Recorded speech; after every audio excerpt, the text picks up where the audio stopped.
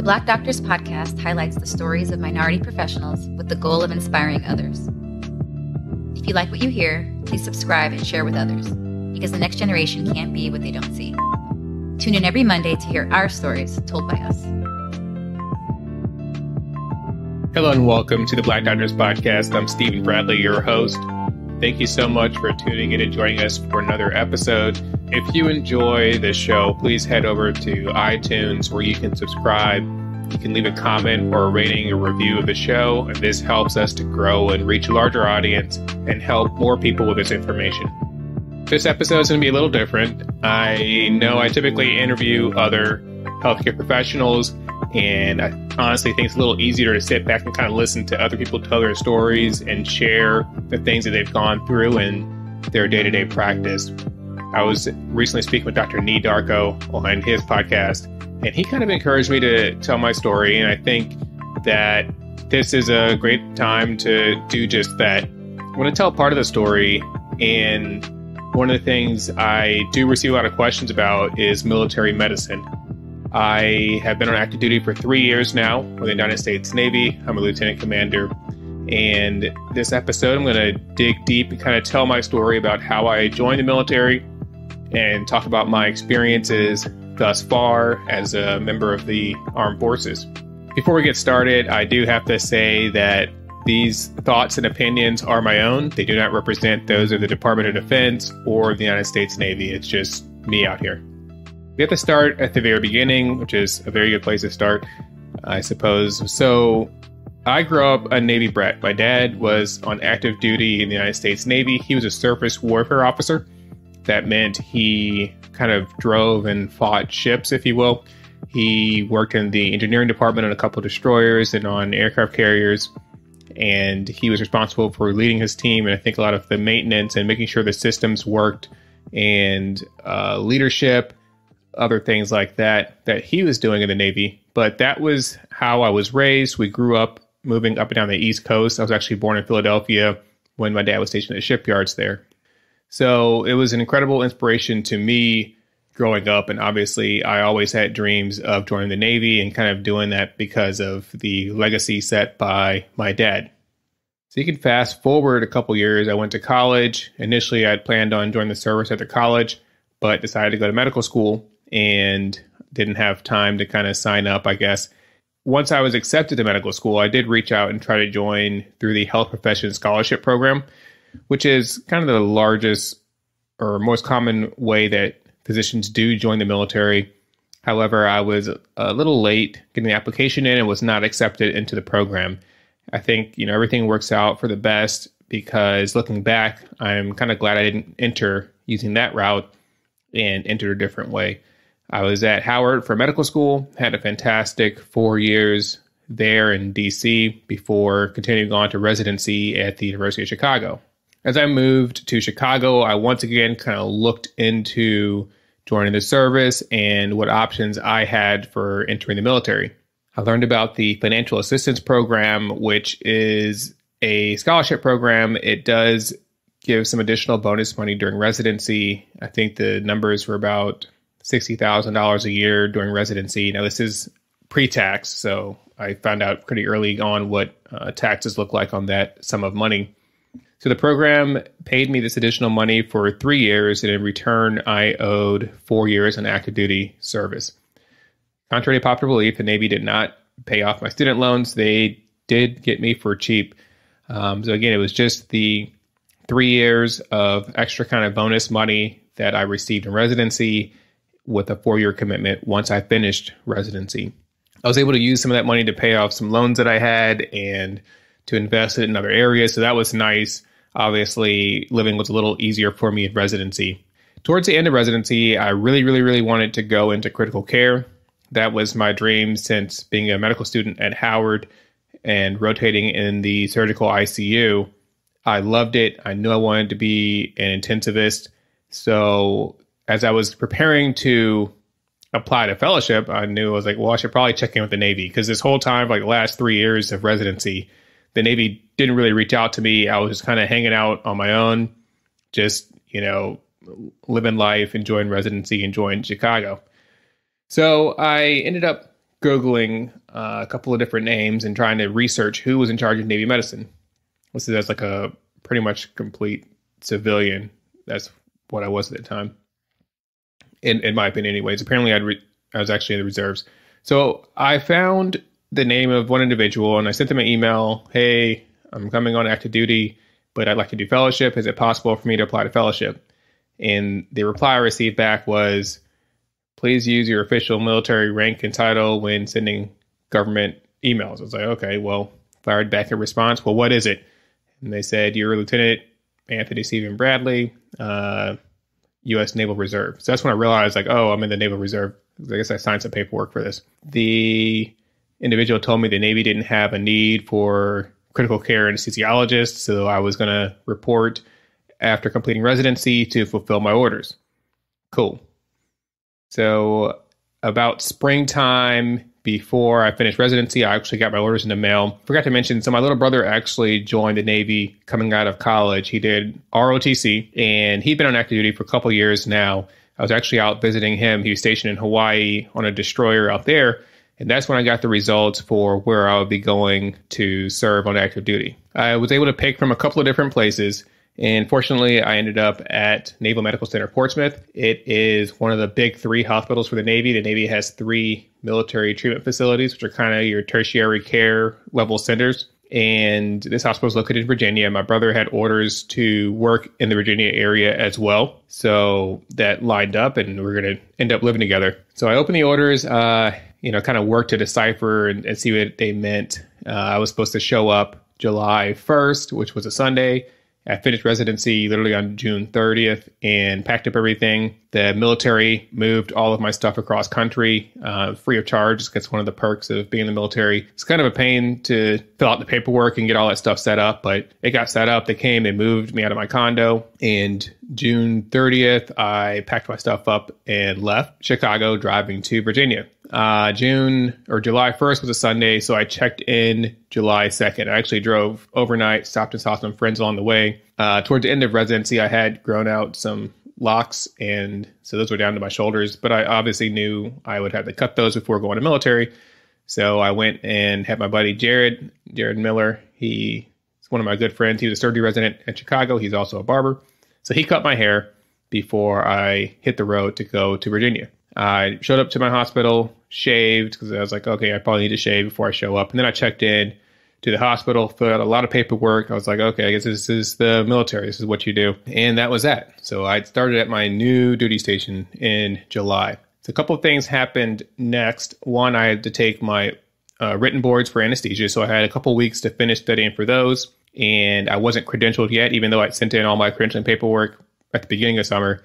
I showed up and had to fill out the paperwork again, so I wasn't credentialed yet to work. I actually had never gone to officer development school, which is the couple weeks long program that teaches you how to become a military officer, how do you wear a uniform, what are the kind of rules and regulations of the Navy. So I took my written boards and then left in late August to go up to Newport, Rhode Island for officer development school, which for me, it was kind of a blast. Like, it wasn't super fun. Like, there was a lot of yelling, and I'm kind of like, I'm a little old to be getting yelled at. They kind of made it look like the movies, I guess. But the officer development school is for staff corps officers, which are different from the line. So my dad and my brother are line officers. They are the real Navy, quote unquote. They drive ships and shoot guns or whatever. The staff corps are your JAG officers, so your lawyers, your chaplains, your nurses, your physicians. So our school was a little different than the typical officer development school. And, they taught us some stuff in 5 weeks. We kind of learned how to march, not really.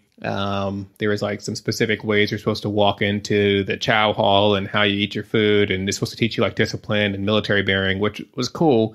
But I'd also just finished, med school and residency. So I'm like, all right, if I didn't have discipline before this, then something went horribly wrong. But it was a nice kind of break since I had been in training for the last, 12 years, really. So I enjoyed my summer there. And at the officer development school, I did receive the news that I had passed my boards. And at that point, I was able to sign up for my oral board exam. I was able to do that before coming back to Virginia. So I showed back up at AO Medical Center Portsmouth. It's about October now, and still not credentialed. So I sat around for another couple of weeks, and finally my paperwork came through. I knocked out some cases in the OR. We had to do like 10 cases by ourselves, and then immediately transitioned into working with residents, because there is a military residency program there at the hospital. Every year, I think we get about 6 residents. So spend a lot of time working with them. There's also a student nurse anesthetist program. Usually they work with the CRNAs on staff. So stepped right into this kind of academic practice model. And that was, I was able to get my feet wet and just practice medicine or anesthesia for the next couple of months. The practice at my hospital is pretty mixed.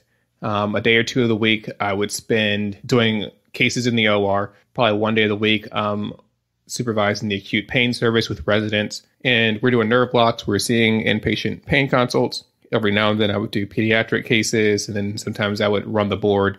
So we have board-certified anesthesiologists as the OR coordinators or board runners. So it's a pretty mixed practice for me, where 1 or 2 days I'm doing anesthesia or anesthesia in the OR anyways. And the rest of the time I'm doing kind of this ancillary stuff, kind of get you out of the OR, get to a nice little mix to your practice. And occasionally, there's the calls where you stay in-house overnight. So that went on until about the spring of 2019, when they needed somebody to go down to Guantanamo Bay. So on Guantanamo Bay, there's a naval hospital there, and they're usually staffed with a CRNA and an anesthesiologist. And whenever they need to take leave, then somebody has to come down from the mainland to kind of backfill that physician or nurse anesthetist. So that opportunity presented itself, and I was able to go down because one of my colleagues down there, the anesthesiologist, he had to come back and take his board exam. By this time, I'd taken my oral board exams, and I had passed, thankfully. So I was fully board certified. And so I went down to Guantanamo Bay. I think this was in the month of March or April of 2019. Was down there for just under a month. So flew from Norfolk to Jacksonville, Florida, and then there's a plane that goes from Jacksonville down to Gitmo. And it was an overall, great experience just to kind of see the island. It's totally separated from Cuba. I mean, we're on Cuba, but there's no visiting Havana, unfortunately. I know. And I was expecting it to look like the scene from Bad Boys 2, where they were kind of driving and trying to get on base. Definitely didn't look like that either, but it was a good experience to kind of go around and see the remnant of Camp X-Ray, where the prisoners of war were kept, or I guess we were supposed to refer to them as detainees. So that facility was still there, kind of in shambles. There's a whole new kind of prison that's built on the island, but has its own separate medical staff and didn't really go over there at all. The hospital at Guantanamo Bay was small, had a couple of ORs, 2 or 3 maybe, and it wasn't super busy. I think we only did cases 2 or 3 days of the week, and usually those were colonoscopies or endoscopy. I think the month I was there, I did 1 appendectomy, and I think that's it for general surgery cases. At the end of the month down in Guantanamo Bay, I was able to fly back up to Virginia, and was told shortly thereafter, probably 2 weeks later, that I would be going out on the USNS Comfort, which is a hospital ship. So the hospital ship is kind of home ported here in Norfolk, Virginia. And there are actually 2 hospital ships. There's the Mercy and the Comfort. The Mercy's on the West Coast in San Diego. The Comfort's on the East Coast in Virginia. And the purpose of it is to do humanitarian aid missions as well as disaster relief missions. This is a ship that deployed up to New York for the COVID-19 pandemic. And these ships are converted oil tankers. They're massive. They're oil tankers. And they're painted white. They have a red cross on the side. And on the inside, they have several operating rooms. I think they have 10 or 12 operating rooms and hundreds of kind of ward spaces, which are kind of bunk beds that are set up. But they have several wards. They have a couple of spaces for ICU level care. I think they had 3 ICUs on the Comfort and a couple other services. So they had a CT scanner, a bunch of ultrasound machines. They had a casualty receiving area, which was the emergency department, essentially. They had different, sleeping quarters for the crew and for the staff. So I had about 2 weeks heads up that I would be going out on this humanitarian aid mission. And we were going down to South America, Central America, and the Caribbean to do cases for the public, just humanitarian aid, medical missions type work. So I was able to kind of get things ready. Turned out that I was going to be the department head for the anesthesia department. And that comprised of myself, I think 4 anesthesiologists and 3 or 4 CRNAs. And we all packed our stuff up. I kind of was figuring out how much equipment we needed to order and what cases we were expected to do, which was kind of hard because we didn't have all the information up front, but it was fine. And we sailed off to in June. We sailed down to Miami, stopped there. I think the vice president came on board to poke around. It was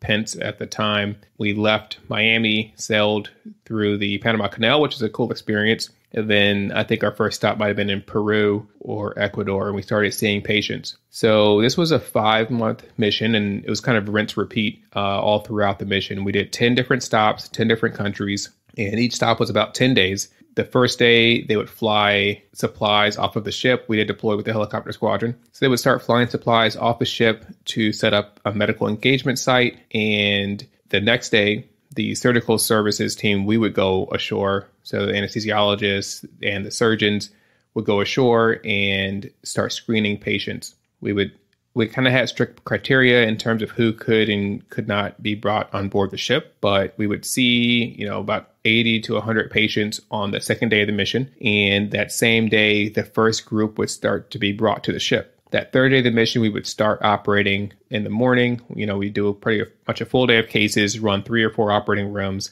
and do surgeries like cholecystectomies, taking out gallbladders, taking out, lipomas, mostly kind of benign stuff. We would do a couple of cleft lip and palate surgeries. For the capabilities, we had 3 general surgeons. We had a urologist that joined us halfway through. We had a Navy plastic surgeon. We had 2 ophthalmologists. We had a pediatric surgeon.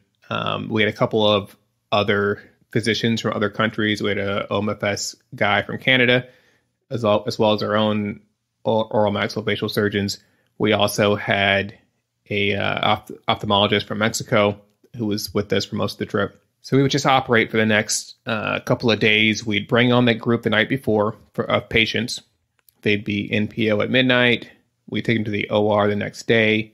They would spend the night and then leave the next morning. That same day, they'd bring on another group of patients who would spend the night, and they would be the patients that we had operated on the next day. So it's kind of a round robin deal, and it ended up being about 5 days of surgeries. Averaging about 20 cases a day is about 100 cases per mission stop.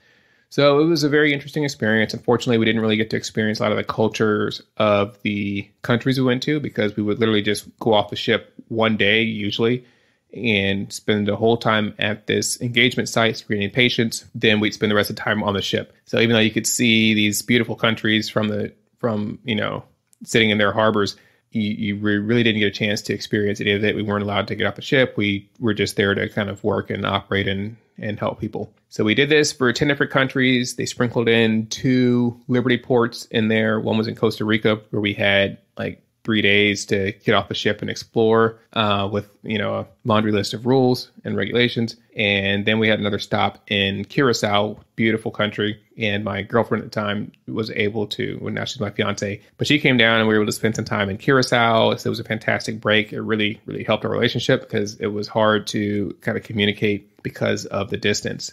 And the cell phone reception was pretty bad in a lot of these countries since we were out to sea a little bit in the harbor. And then when we were underway, going from country to country, then there was just no service at all. There's barely even any internet access. It was all kind of dial up from the ship. So we finished up that mission trip, came back to Virginia. This would have been kind of winter of 2019. We were able to spend some time together. I think I traveled, took some trips, kind of got reintegrated into the medical system there at my hospital and went back to working in the ORs, typical schedule, ORs, OR coordinator, acute pain service, OB anesthesia, just kind of rotating around doing whatever they needed to do. Then in the spring of 2020, we kind of watched as the COVID-19 pandemic flared up across the globe and eventually came to the United States and everything just blew up in the spring. So I was able to work to make kind of contingency plans for our COVID response. And initially it was going to be going back on the Comfort to go up to New York when they deployed. There's a long story that goes along with that I'll probably tell at some other point in time when I'm no longer in the Navy. But long story short, I did not end up going to New York and went back to the hospital, worked for a couple of weeks, was assigned to go to a field hospital, one of the field hospitals they were setting up, and then that fell through. So I actually was attached to a group that was planning to go to Iraq. It was a expeditionary medical unit, and that was composed of, I think, two surgeons and anesthesiologists, two CRNAs, two ER docs, some medics, and some other support crew, and I think maybe a physician assistant as well. So I was just the alternate for that group. So I ended up going out in the middle of COVID pandemic. I think it was June. We went to Texas, flew out there. We had a full month of training in the desert of Texas where we shot guns. I qualified as an expert marksman for whatever that's worth. Not much of a gun person, but we had to shoot because we were going overseas. Had to get some weapons familiarization, as well as some other training, some of the customs and courtesies of the folks in Iraq. And again, it's just an interesting experience to kind of see and prepare and to think about that. The anesthesiologist that I was the alternate for, stayed healthy and fit and ultimately ended up deploying. And I was just on recall for the next, I was on like a 2-week recall while this group was deployed. So they were gone from the spring or the summer of 2020, and they got back in the spring of 2021. Everybody came back safe and sound, and then I was no longer kind of on standby for that group. So since then, I've just been working at my normal military hospital. A couple of deployments have come and gone, and honestly, I've actually put in my paperwork because I'm coming up to the end of my 4-year service commitment. I owe just over 9 months left. I should be separating probably June or July of 2022 and actually going back so I can finally finish that fellowship in critical care. Really looking forward to that. Overall, it's been a good experience to practice on active duty. There's a lot of history there, a lot of legacy. For me, people always ask kind of why or if they should consider practicing in the military. For me, it comes down to your reason why you want to practice in the military. It gives you the opportunity to do stuff that you probably would never do, whether you want to, work on a ship, whether you want to work in an austere environment. If that's your cup of tea, then the military definitely offers you the opportunity to do that. For me, it was family because my dad and my brother are active duty. I really wanted to join and fulfill that family legacy. The one reason I say people should not join is purely for financial reasons. And, it just depends on what's worth the most to you. As military physicians, we do receive a significantly lower reimbursement as opposed to our partners in the civilian world. And if you join for money, there's a good chance that you may end up kind of disappointed or resentful at some point in time if you're not making the salary that your other partners are making. There's been a lot of opportunities to take leadership roles and to learn different things about leadership and just to see how an organization as big as the military functions. So, it's been a good couple of years, but I'm definitely looking forward to finishing up and moving on so I can practice in critical care, which has been the goal since I started residency. I get a lot of questions about military medicine, and this is just kind of scratching the surface because there's so much, more to it about, how does the rank structure work and how do orders work? And if somebody gives you an order that is contrary to your medical judgment and all these questions that I'm constantly being asked. And for a while, I was kind of meeting with people one-on-one through social media. They asked me questions. We set up a meeting and, we talked for 20, 30 minutes, but it was just got to be too much. It was kind of too overwhelming to sit down and chat with everybody that had questions. Every now and then I try to communicate and convey this information through my Instagram stories. But more recently, I decided to switch gears and I actually built a Patreon account, the MilMed Patreon account, MILMED. And on that Patreon account, I've been posting little snippets, maybe 10 or 15 minute episodes in an audio format that answer questions that I've received regarding military medicine. Every month, I'm going to be posting a couple of additional episodes, and it's really going to be just kind of a candid conversation where I answer questions for different people. It is on Patreon. There is a small fee, I think, and the paywall really just kind of focuses the content, allows it to be a little more discreet. I can speak a little more freely than if I was just going to blast this across all of the internet and airways and social media sites. I'm not saying anything horrible and bad, but I do present a fairly unbiased, direct viewpoint and provide answers to questions that a lot of people haven't heard, a straightforward answer. If you're talking to a recruiter, they obviously have a vested interest in getting you to join the military. You really need to speak with someone, whether it's me, whether it's somebody else, that has worked on active duty as a physician. You'd be surprised when you look at recruiters. A lot of times they're enlisted, which means they're not physicians. A lot of times military recruiters are staff corps, which means they're like hospital administrators, or nurse corps, so nurses. And again, they have never practiced as a military physician, and they don't know the complex nature of our job in the military, the difference in reimbursements, all of that. So they really can't give you that unbiased but comprehensive picture of what it's like to be a military physician. So if you are interested in joining the military as a physician, I do challenge you to seek out a military physician to chat with. Thanks so much for listening to this episode. Hopefully you found it helpful and informative. Just another aspect of practice. And tune in maybe later this week. I think I'm going to try to record another episode of Office Hours. If not, definitely check us out again next week here on the Black Doctors Podcast. The Black Doctors Podcast is a nonprofit, volunteer passion project with the goal of inspiring all who listen. Tune in next week for another episode of the Black Doctors Podcast with Dr. Stephen Bradley, your friendly neighborhood anesthesiologist.